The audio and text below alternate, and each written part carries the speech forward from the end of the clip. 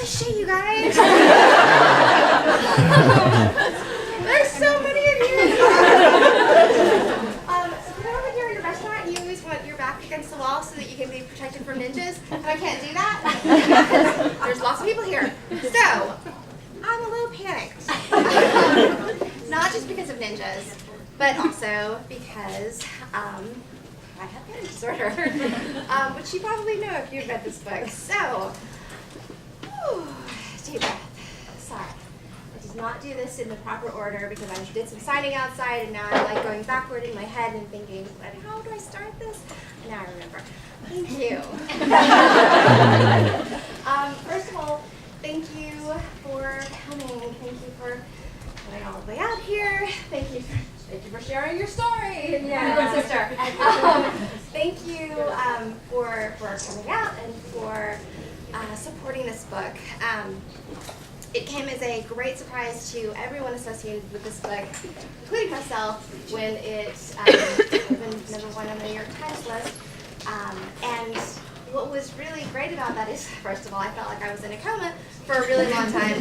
And the second thing is that what was really great is so many people discovered this book simply because you guys supported it. And you guys bought the book and talked about it, and it opened at #1, and so other people started to pay attention to it and started to say, oh, what is this crazy book with a dead mouse on it? I don't understand what this is. But what was so great is that I'm getting tons of emails now from people who are saying, I've never heard of your blog before, but I just read your book, and I realized that I'm not alone, and that I've found this tribe of people.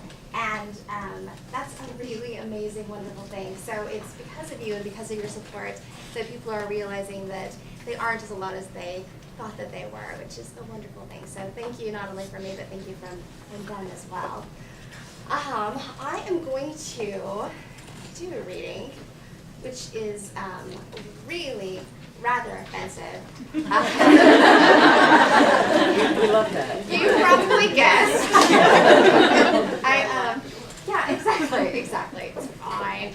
I actually did a reading recently. I did 2 last week, a week before last. Sorry, my drugs are just now kicking in. and the first one was just a regular bookstore, and like 5 minutes, maybe 5 minutes before I was about to go out, the woman was like, you know you can't curse, right? Fuck.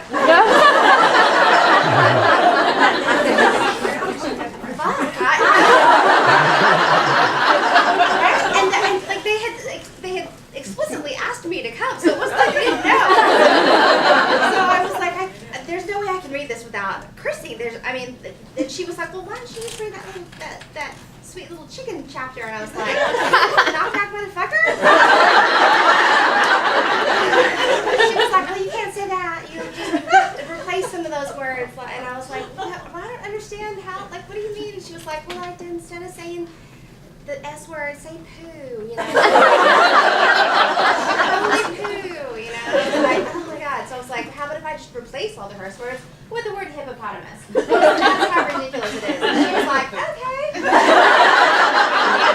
So I read the entire chapter with the word hippopotamus, and I was like, holy hippopotamuses, you hippopotamusing hippopotamus. This is ridiculous. And it's packed out, and I'm screaming, and then I'm like, let me tell you about fellatio. And I had this like long, and she's just gonna give me this look, and I'm like, it's in the Bible. That word's in the Bible. I can say it. It's awful. I will never be invited back there. But then the next day I had to speak at a church, and I was like, this is a terrible idea, you guys. Like, you should not let me in a church. And they were like, no, it's fine. We have David Starris came in here. We have like atheists come in here. It's fine, no, whatever. And so I was like, all right, well, I'm gonna curse a lot. And they were like, we're prepared for anything that you're gonna bring us. Like, all right, that's fine. But then they left me backstage, and it was in the choir room, and they had all these like choir outfits and like the things that you put on that the Pope wears with the little. I don't go to church, so I don't know what those things are called. But like I was like, ah! So I came out wearing like the full outfit. We're not prepared.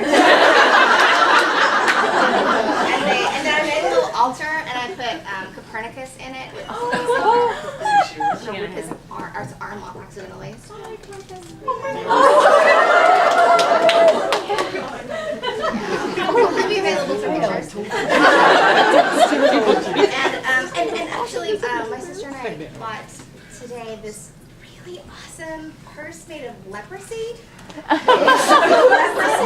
Well, sort of. What it really is it's a purse made out of a armadillo. And apparently armadillos are just made of leprosy. And you're going to look it up later and you're going to be like, oh my gosh, armadillos totally give you leprosy. They totally do, but only apparently like 0.01% of the population. That's probably going to be me. So I'm pre-warning you, I wash my hands a lot. But it's this awesome armadillo purse and it's like inside out. But it's like 100 years old, so I don't feel terrible about it. But anyway. And now my drugs have kicked in. Now I can think straight. All right, so we're going to start with the disclaimer. This actually comes straight from the book, but it works in readings as well. I apologize in advance for offending you, because you're going to get halfway through this book and giggle at non sequiturs about Hitler and abortion and poverty, and you're going to feel superior to all the uptight, easily offended people who need to learn how to take a fucking joke. But then somewhere in here, you're going to hear one random thing that you're sensitive about, and everyone else will think it's hysterical, but you will think, oh, that is completely over the line. I apologize for that one thing. Honestly, I don't know what I was thinking. All right, so the chapter that I'm going to read is one of my favorites because I get to scream really inappropriate stuff in a bookstore. It's always nice, and my favorite is recently I was in Cincinnati, and everybody was in the upstairs part, and then downstairs people were doing their regular book stuff, and it was a very, very conservative part of Cincinnati, or I don't know where I was. I think it was Cincinnati. And as I was going through, I just started like screaming these really inappropriate things, and you could see these people downstairs like, what is wrong with her? What is going on? But what was really awesome is, so like several people were like, oh no, take our children out. Like, no. But there were so many people who were like, I don't know what's going on, but this is awesome. And they would just like, like, all right, yeah, I'm gonna hang out here. These people are awesome. So I'm gonna read that same chapter, which is The Psychopath on the Other Side of the Bathroom Door. And hopefully you will all be able to hear me. I'm gonna try to project. A few weeks ago, my friend Lotta told me that her doctor told her that her antidepressants weren't working because she had too many toxins in her body and that she needed to use a colon cleanse to flush everything out of her system. It sounded completely insane, and I told her that, but then she mentioned that when she took the colon cleanse, she lost 3 pounds that very day, and I was immediately in. I convinced myself that I owed it to my family to have my crazy pills work properly, but really I just wanted to lose 3 pounds without working out. And that whole last sentence kind of proves why I need to be on crazy pills. So I went to the grocery store, but I couldn't find the colon cleanse. I considered asking the pharmacist, but as I was waiting in line, I had a conversation in my head that went a little something like this. Yes, I'd like some colon cleanse. I've never heard of that, said the pharmacist in my head. Sounds like something deviants use. No, it's something that cleans out your colon so that your antidepressants work better. I think you're using your antidepressants wrong. They go in your mouth. You are surprisingly unhelpful for a healthcare worker. I'm calling the police, you deviant. And I'm not sure why I jumped right to the pharmacist calling the police, but once the thought was in my head, it was kind of stuck there, and so I panicked a little when the pharmacist actually asked what I needed. I paused awkwardly and then asked where the reading glasses were, and he said that they didn't carry reading glasses, which is weird because most pharmacies do, and I like to try them on and pretend I'm a naughty librarian. So instead of the colon cleanse, I decided I would just take a bunch of X-Lax because I figured next best thing, right? It's not. I bought the extra strength stuff because it was the same price as the regular strength, and so technically it was like I was saving money. And I thought that that would help my argument when my husband Victor demanded to know why I had bought $20 worth of unnecessary laxatives. although it turned out later that he didn't really care about cost effectiveness because he hates being economically feasible or just wants me to be fat or something. I already knew that he would be very judgy about the whole thing because he was also very unsupportive when I wanted to buy those Chinese foot pad things that suck all the toxins out of your feet while you're sleeping. He claimed that the whole Chinese foot pad thing was a scam, but I think it's just because he wants me to suffer, or maybe that he's racist. And then when I called him racist, he got all mad and screaming, and I was like, I don't even know what I'm saying, those are the toxins talking. But he still wouldn't let me buy them. And this is exactly why I waited until the week that he left for a business trip to New York to actually do the cleanse. I took 2 chocolate squares of Ex-Lax that night, but then I noticed that the directions said that it would bring gentle results. And it seemed like a good colon cleansing shouldn't be gentle at all. So I took 3 more tabs. And they were chocolatey and delicious, and I was kind of hungry, so I ate another one. And then nothing happened at all. So then the next morning I took 2 more because I thought maybe at this point there was just something wrong with me and I had some sort of freakishly high laxative tolerance. And then I went to Starbucks and picked up a giant Frappuccino.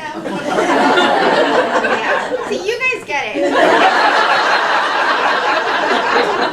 I didn't know. No one told me coffee is a laxative. I know now. So I drove back home drinking my Frappuccino and then my intestines exploded. I mean, they didn't literally explode, but it totally felt that way. And at first I was all, okay, pain is good, feel the burn. But then I realized that this was not like yoga, and that I had in fact made a horrible mistake. I'm not going to get graphic, but it basically felt like my legs had melted, and an elephant crawled inside my stomach and was clawing his way out. And the elephant had claws, apparently. His nose was made of snakes. Since Victor was in New York and my daughter Haley was in school, I had the house to myself, which was good, because honestly there would have been no way to maintain the sensual mystery of womanhood had anyone heard the noises coming from that bathroom. At a certain point I started worrying that I might be ODing. I wasn't sure what ODing on laxatives looked like, but I was fairly certain it would be messy, and that you would probably shit out your entire colon. I'm not even sure if this is actually medically possible. And I thought about calling Lotta to ask her whether she felt like she was shitting out her colon when she was doing her cleanse, but I wasn't sure I could talk without screaming. And so I sat there thinking that this would be a horrible way to die.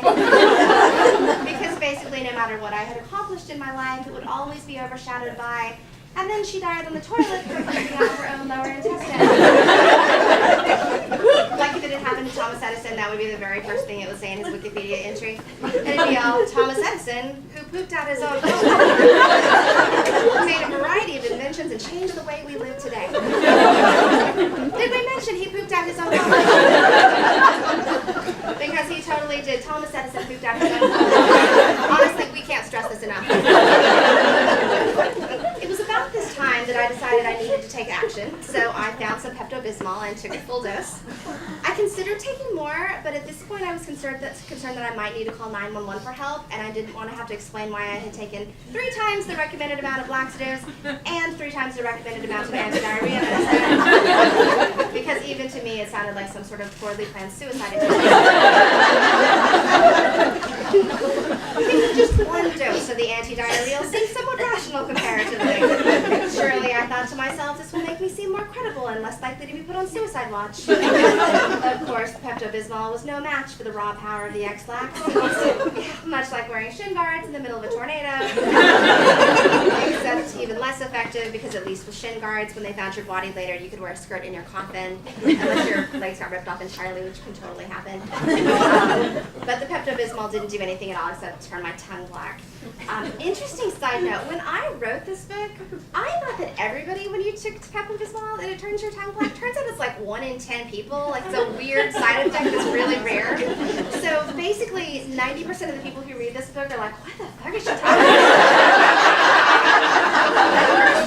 And the other 1/10 are like, yeah! And the reason I know this is because Pepto-Bismol contacted me.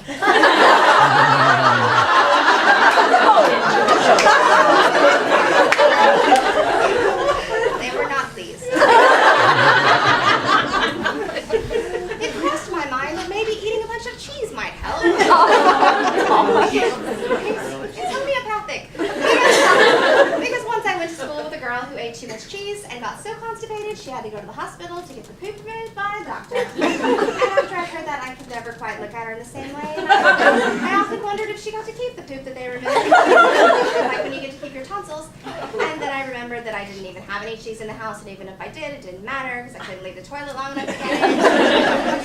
And that is when I heard the noise at the bathroom door. It sounded like someone leaning against the door and tapping it lightly with his knuckles, and I was all, oh my God, I didn't lock the bathroom door. And then I thought, wait, why would I need to lock the bathroom door since I'm the only one home? And my initial thought was that it was probably a murderer or a rapist, which was quickly followed up by the thought that if it was a rapist, he was going to be terribly disappointed.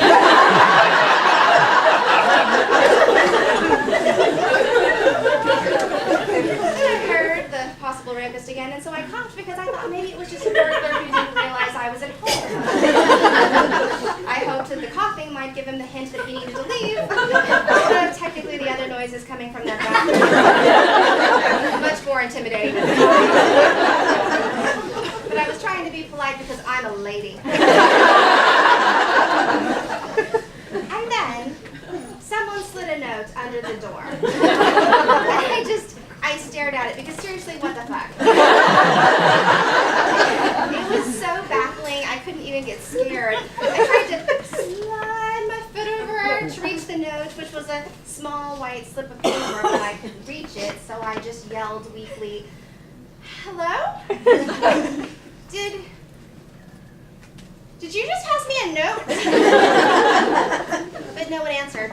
And then I started to get freaked out, and I silently thanked God that I had thought to bring the phone into the bathroom just in case I needed a call to report the laxative overdose. I picked up the phone to call the police and considered how it would sound when I told them I was calling from inside my bathroom where I had OD'd on laxatives and that a possible rapist was quietly passing me.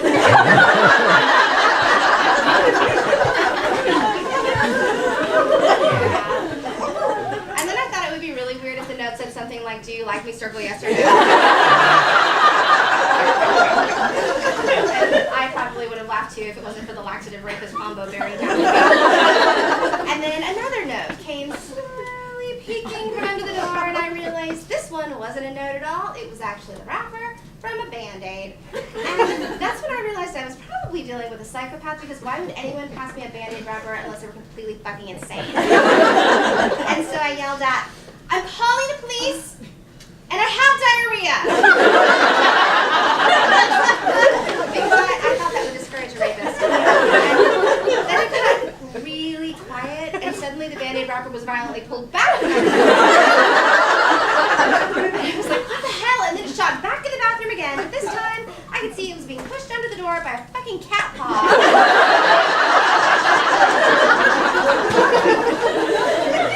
And that was when I realized that the cat had knocked over my purse and was just shoving receipts under the door. And then I murdered my cat, but only in my mind. It occurred to me that I should write this all down, but I didn't have anything to write on except for the slip of paper that the cat had pushed under the door. And so I yelled, Hosey, push the paper further! But he didn't, because he's an asshole. I think he's a cat, so he doesn't speak English. But instead, I wrote this all on toilet paper with lipstick, but just the keywords and not the whole thing, because that would be crazy. And then I said a little prayer, thanking God for saving me from being assaulted, and also for not making me have to explain to the ambulance drivers that I had accidentally mistaken my cat for a rapist after purposely overdosing on laxatives in order to make my antidepressants work better.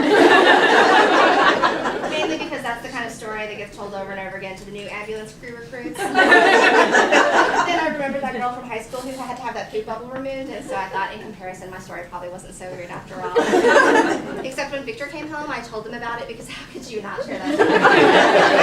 And he got all testy about the laxatives and implied that I, quote, couldn't be trusted in the house unsupervised. And I'm all, glass half full, asshole, I didn't get raped, right? And he shouted back, you were never in danger of being raped. But I think he just said that to hurt my feelings. And so I retorted, oh, I am always in danger of being raped, thank you very much. Well, I'm not questioning your rapeability. What is He's saying I can't go away for 2 days without you ODing on laxatives. And that's when I made a mental note that from now on I would ODing on anything. And also that I should probably make friends with ambulance drivers because I bet they have some pretty kick-ass stories.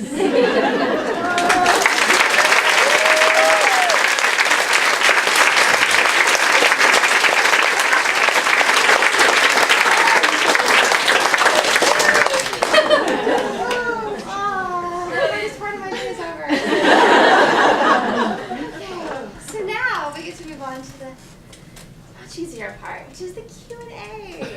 So, do you guys have any questions? Yes. First of all, you have to come over to my house and take all my taxidermy off my wall. Okay. I will Because do my that husband when I is get ruining my Pottery Barn aesthetic. Taxidermy. It's improving. I think it's what you're I love your blog. My favorite parts of your blog are your exchanges with Victor. Yeah. I mean, so my question is, are you guys talking to each other all day long and you're just trying to provoke them, or like, how did? I mean, they're hilarious, but I mean, it's like, is that happening every day? Like, how do you get him to exchange with you? And like, I mean, the entry about the Summer's Eve one was, I mean, hysterical. Summer's Eve. You know, we both work from home. He has his little headset on and he's like, buy, sell, fire everyone, eat a cow. I don't know what he does. He's just like yelling at people, and I'm in my office working, which means I'm watching Doctor Who. And he'll walk in my office like constantly. Like he constantly wants to have this like conversation that he's not having with me. He's having with whoever he's yelling at on the phone. And so I always keep a little porn video like running on loop. I turn way up. I go to the conference hall and it's like, he's like, who has their TV on? It's kind of awesome. It comes very naturally, both fortunately and unfortunately. I would say what's interesting is that, first of all, when people meet Victor, and I'm totally not being humble when I say this, he really is funnier in real life than I am, even though he comes off as like the straight guy on my blog. But he gets it, which is a wonderful thing, and I think the reason why we've been married for almost 17 years, because he has the ability to be so frustrated with me that he's like, oh, I'm leaving, I'm going to a hotel, and then 5 minutes later he comes back and he's like, fuck it, whatever. I knew what I was getting into. Let's watch Mythbusters, I don't care. But there is actually an interesting sort of side note about that. Victor and I, we have these rules, and there are 3 rules, and one is mine, and one is his, and one is both of ours. And my first rule is I try never to write anything that I think will actually hurt somebody's feelings. The rule that is more of his rule, but it's a good one to have, is I never write about anything that we are currently still fighting about. We have to be okay with whatever it is. Like when I wrote about Beyonce and the giant metal chicken, that did not happen that day. It was like 2 weeks later. Because I was like, see if this is okay? And he was like, no, okay. And finally he was like, okay, it's funny. It's funny now. And then the third rule is that I never write anything about my daughter that I think mean 12-year-old girls could use against her. Because kids live in such a different world than we lived in, and there's Twitter, and there's Facebook, and there's all, like, everything is there, and so every time I have all these, like, so hysterical, wonderful stories that I'm like, oh, I want to share this, but I know how girls are, and they're horrible, and they're going to totally, no, I'm going to save this. I'm going to save this, and one day when you're 18, I'll be like, can I use this? She'll be like, no, that's for my book. And then I will sue her. None of that was true. Perfect mother. Next question. I've been fan of yours for a while, and I've just been, I just say after listening to you read the only thing that might be better than reading your stories is listening to you read your stories. And so I was wondering, have you thought about or planned maybe doing an audiobook? Good question. I actually do have an audiobook. And that's actually leads into one of my favorite stories to tell because it helped me so much, so I always like to share it. When the book first came out, Penguin is one of the only book companies that still like actively does audiobooks, and so they were like, okay, we're gonna do an audiobook, we're gonna hire someone, they're gonna come in, they're gonna do it, and I was like, they're gonna read my story and pretend that they're me. That's weird. It should be me doing it. And they were like, no, you're not good at that. I mean, not, no offense or anything, but that's why we have professionals who have like, professional speaking voices and whatever. And I was like, but I really want to do it. Like, it would be weird having someone else. And so they were like, okay, you can come in. You can have 2 days. If you do it, we'll let you do it. If you can, do it well. And if you can't, then we'll replace you with somebody who can do it. So I was like, awesome, I can totally do this. And so I came in and I was terrified. And you could hear it in my voice. And I was, taking all the drugs that I'm currently taking now, and they still weren't like kicking in. And the director kept saying like, cut, I can hear the terror in your voice, Jenny. Like I can hear it. You try it again. And I just kept messing up, and so finally they were like, you know what, why don't you go take a walk? Which I think is code for get her out of here so we can call Betty White and she can clean this up. And so I left and I sent an email to Neil Gaiman, and if you don't know who he is, he's a god, he's so awesome, oh my gosh.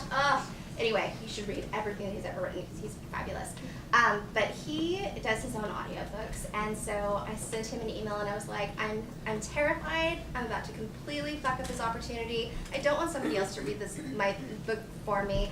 I know you've done this before. Do you have any advice for me on how to read this audiobook? And he wrote back one single line, which was simply, pretend you're good at it. And I walked back into the room and I pretended I was someone who was good at it, and the producer was like, you nailed it. Whatever you just did, keep doing that. And I was like, I just did a lot of cocaine. And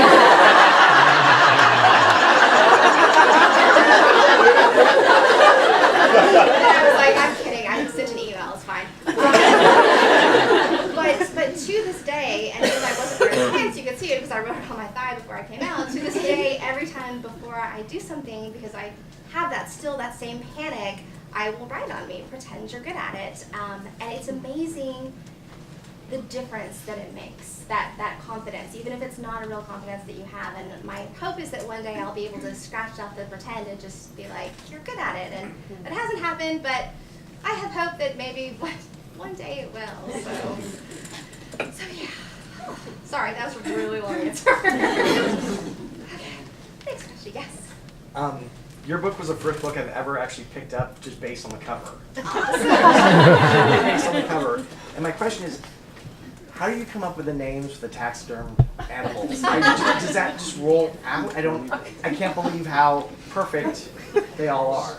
They, each one of them, there are some that it just does not come to me. Like, there are some that I'm like, but every once in a while, like Hamlet von Schnitzel, is Hamlet von Schnitzel. You just look at it and you're like, Hamlet von Schnitzel. Like, that's, I don't even, when I'm talking to people, I'm like, and so then Hamlet von Schnitzel, and they're like, what are you, and I'm like, the dead mouse. What was interesting about the cover is that when we were discussing cover designs, usually they don't let an author have any say in what's on your cover. You just show up and you're like, oh, that's my cover, whatever. And they were like, do you have any, suggestions or ideas? And I was like, oh, I have some great ideas. And so I sent them the most ridiculous stuff. There was one that had my hands and I was holding an apple and it said, Twilight 5, The Reckoning. And that's awful. And I was like, oh, what if we do? And everyone, of course, they were like, it's very funny. We are very serious. And I was like, well, how about, I've got this dead mouse. And it would be really awesome if we put a dead mouse on the cover because, your sales team is going to have to sell something with a dead mouse. And they totally went for it. And so I took Hamlet von Schnitzel to New York so he could have his name up in lights. And I flew with him, and he flew, and he actually was in first class, and I was in coach. Because I was afraid that he was going to get, dropped, and so I handed it to the stewardess. I was like, can you take him? And she was like, this is dead. I was like, oh my God, no!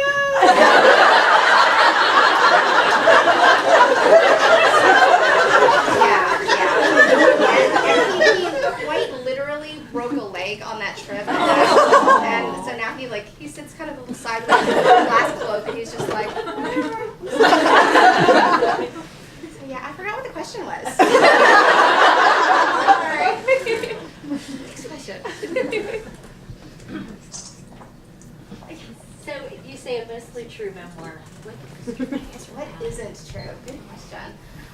When the book, before it got to the editor, everybody that's in the book, my parents, my in-laws, my sister, everybody got a chance to read everything in the book. Everybody got a chance to say, you know, I was basically like, if there's something you want me to cut, I'm okay with that. I'll cut it. And to everyone's amazingly great credit, first of all, no one said, no, I don't remember it that way, or I don't want to be, you know, I don't want it to be in it.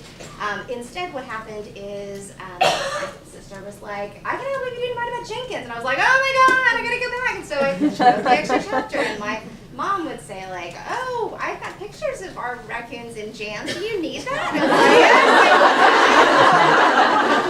And they were so helpful. The part that is actually the parts that people always say, but that's not true, is it? Those are always the parts that are the most true. The parts that I would say are not exactly true would be the drug chapter. I changed all the names of the people there, and the other thing that I did do, and most people will do this with a memoir without writing mostly true, but I was just like, no, I want to be really honest about the fact that sometimes I would have like 2 conversations with Victor, and I put them all in one, you know, instead of being like, and then a day later we talked about it again. Cut that out, you know. So I just wanted to be like really upfront about the fact that it's you know, mostly true, but then I think it kind of throws people off, and so now I always go back to what David Sedaris says when people are like, how true is your book? And he's like, it's true enough. Do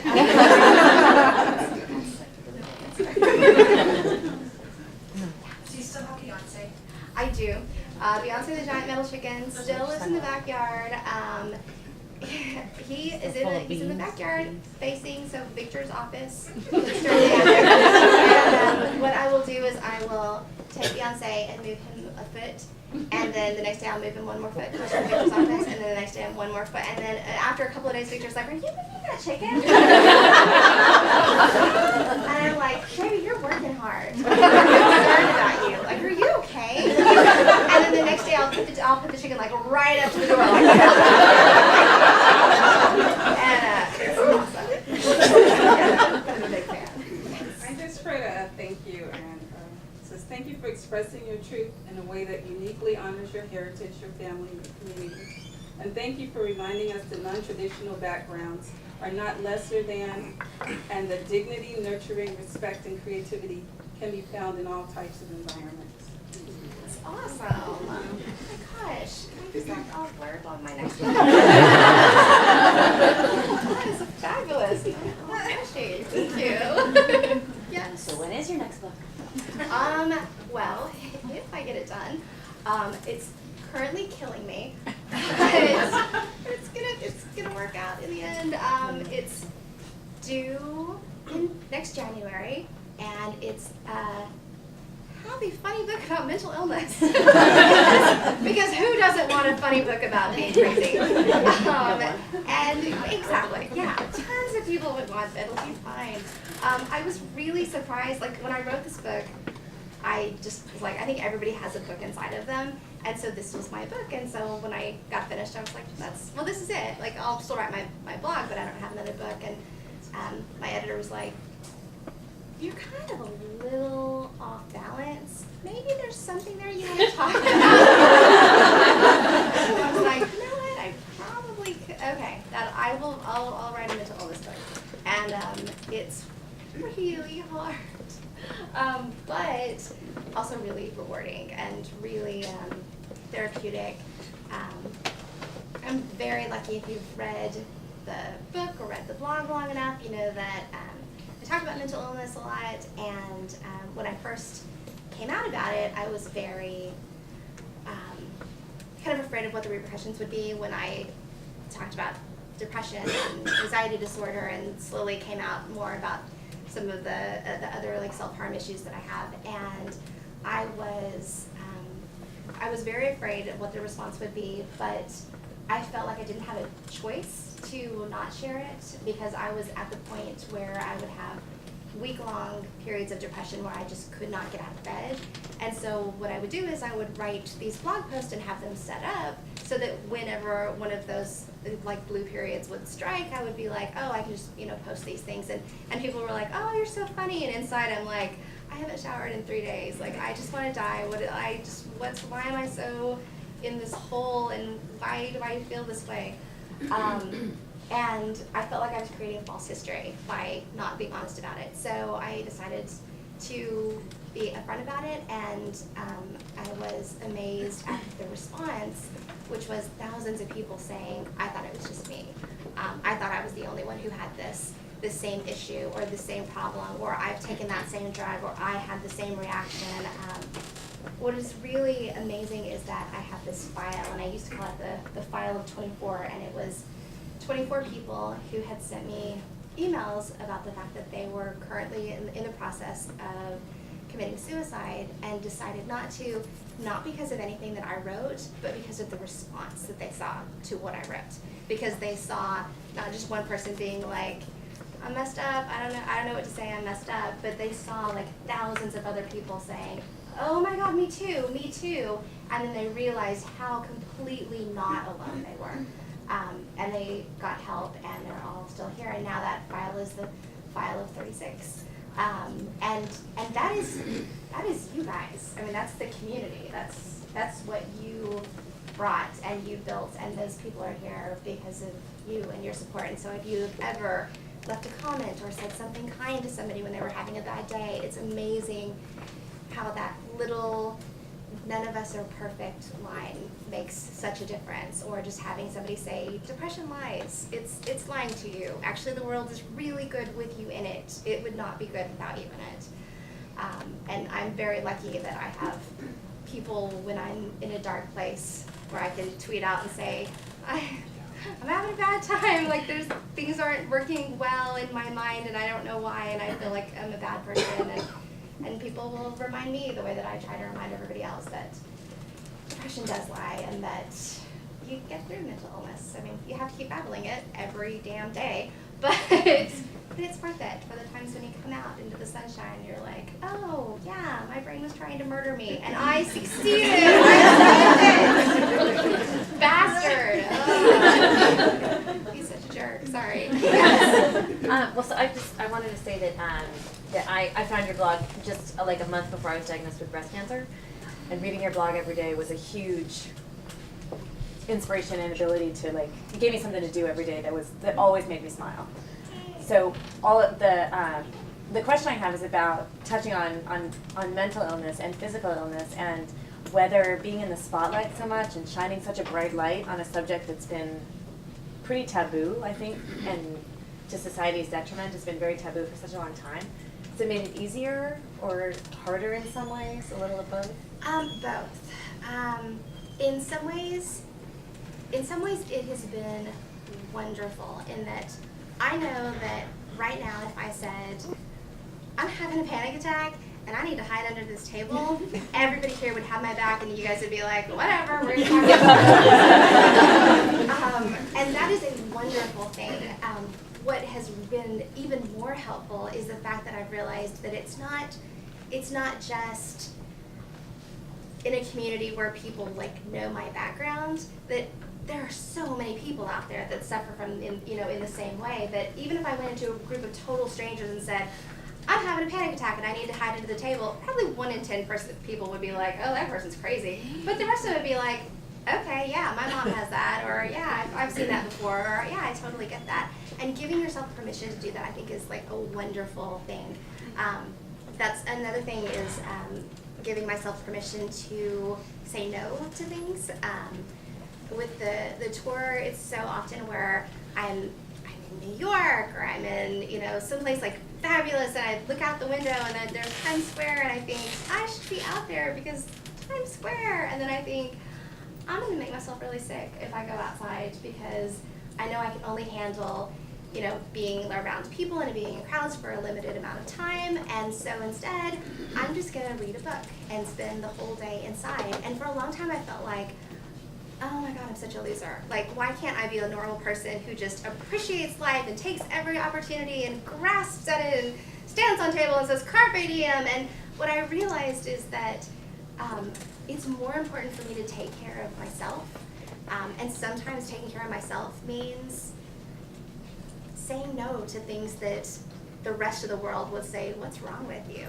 And not judging myself and giving myself that ability to sometimes to slack off or to hide under a table or to say, you know what, I got this great opportunity, but I just can't do it.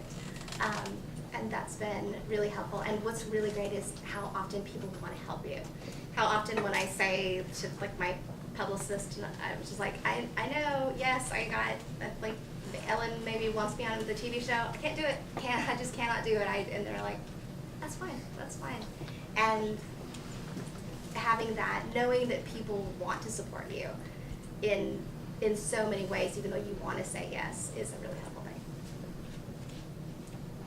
thing. Hi.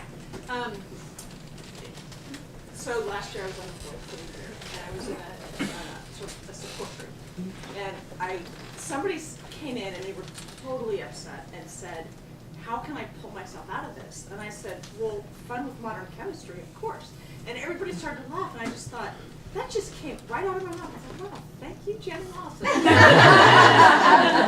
it was a piece of, and I'm happier because I think it's now funny that I have drugs that make me happy. I'd like to segue, though, and compliment you on your amazing dialogue skill. In your writing, I hear it, it's amazing. What I'm wondering is, are you writing this verbatim, or have you just nailed dialogue?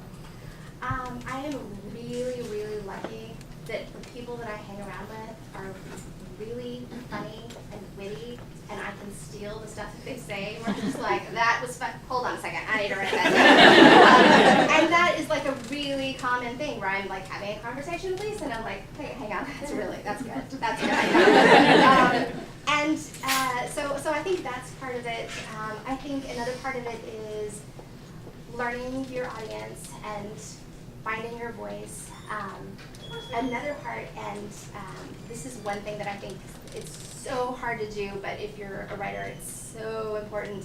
I take everything that I write and I try to cut everything in half. Because there's always extra crap that you put in there, and you just don't think about it. You're just like, and if you go through and you're like, how can I make this tighter? The more tight it is, the briefer it is, the better the impact is. And also, we all have ADD. Nobody wants to like hang around for 2 paragraphs to get to one joke. Like, by the time you get there, you're like, oh, whatever, let's go to the next blog, I don't care. So being able to say, okay, I will sacrifice these 2 paragraphs, I'll take them and put them on, a draft, and maybe one day I can use that joke another time. That's been really helpful. It was still really uncomfortable for me, even though I'm really used to sort of self-editing.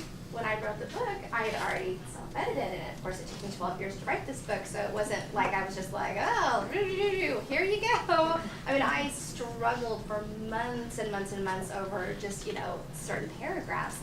And so when my editor went through and she was like, okay, we're gonna cut this chapter and this chapter, and I was like, this is my baby, and you just cut its arms off, and she was like, your baby will be more aerodynamic this way. I was like, no, and there were some things that I did fight with her about where I was like, no, I feel very strongly, but for the most part, like 80% of the stuff that I was like, okay, all right, and I let go, and she was right. She was totally right. So that's another thing is, I think, being able to listen to critics, and in both ways. I think the word troll gets used a lot and overused. I think for me personally, I do get a lot of criticism, both on the blog or people will, write critiques about the book or, whatever. And for me, like if somebody says, I don't think you're funny, or that was inappropriate or whatever, I'm like, that's good feedback, I mean, if 20% of your people are saying that, then there's probably something that's a legitimate concern, you need to, look at it. But if it's 1 in every 300, they're probably just an asshole. And then there's the true trolls, who are the people who are like, you should be forcibly sterilized, I'd like to set you on fire, and people like that. And what I do with those people, and typically I'll just ignore them the first time, and they'll come back. And they just really want to just refocus attention on them. And that's not what the blog is there for. The blog is there for people to have fun with.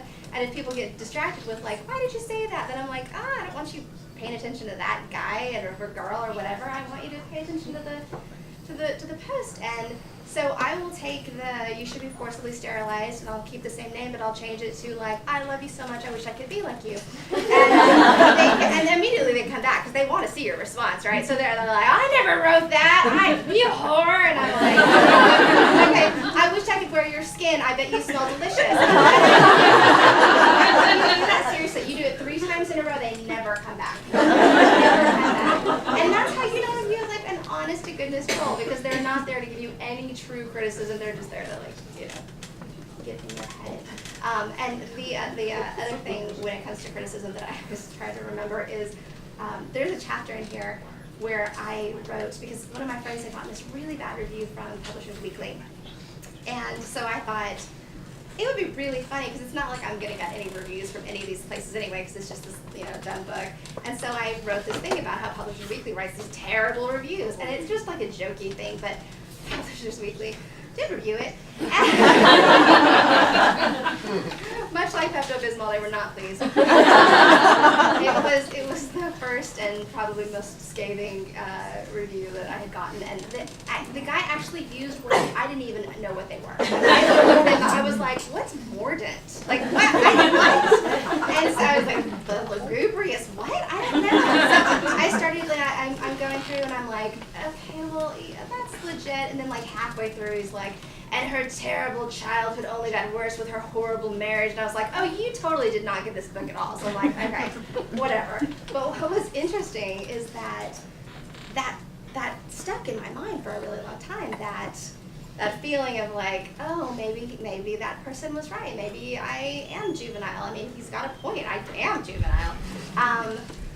But my editor was like, okay, the thing about criticism is you should not read your own criticism. You should have someone else read it, and they can tell you if there's a legitimate thing that's coming out, or because you're going to take it too personally. And she was totally right, and proved me right when Publishers Weekly reviewed the audiobook, which is the exact same book read by me, and they were like, brilliant!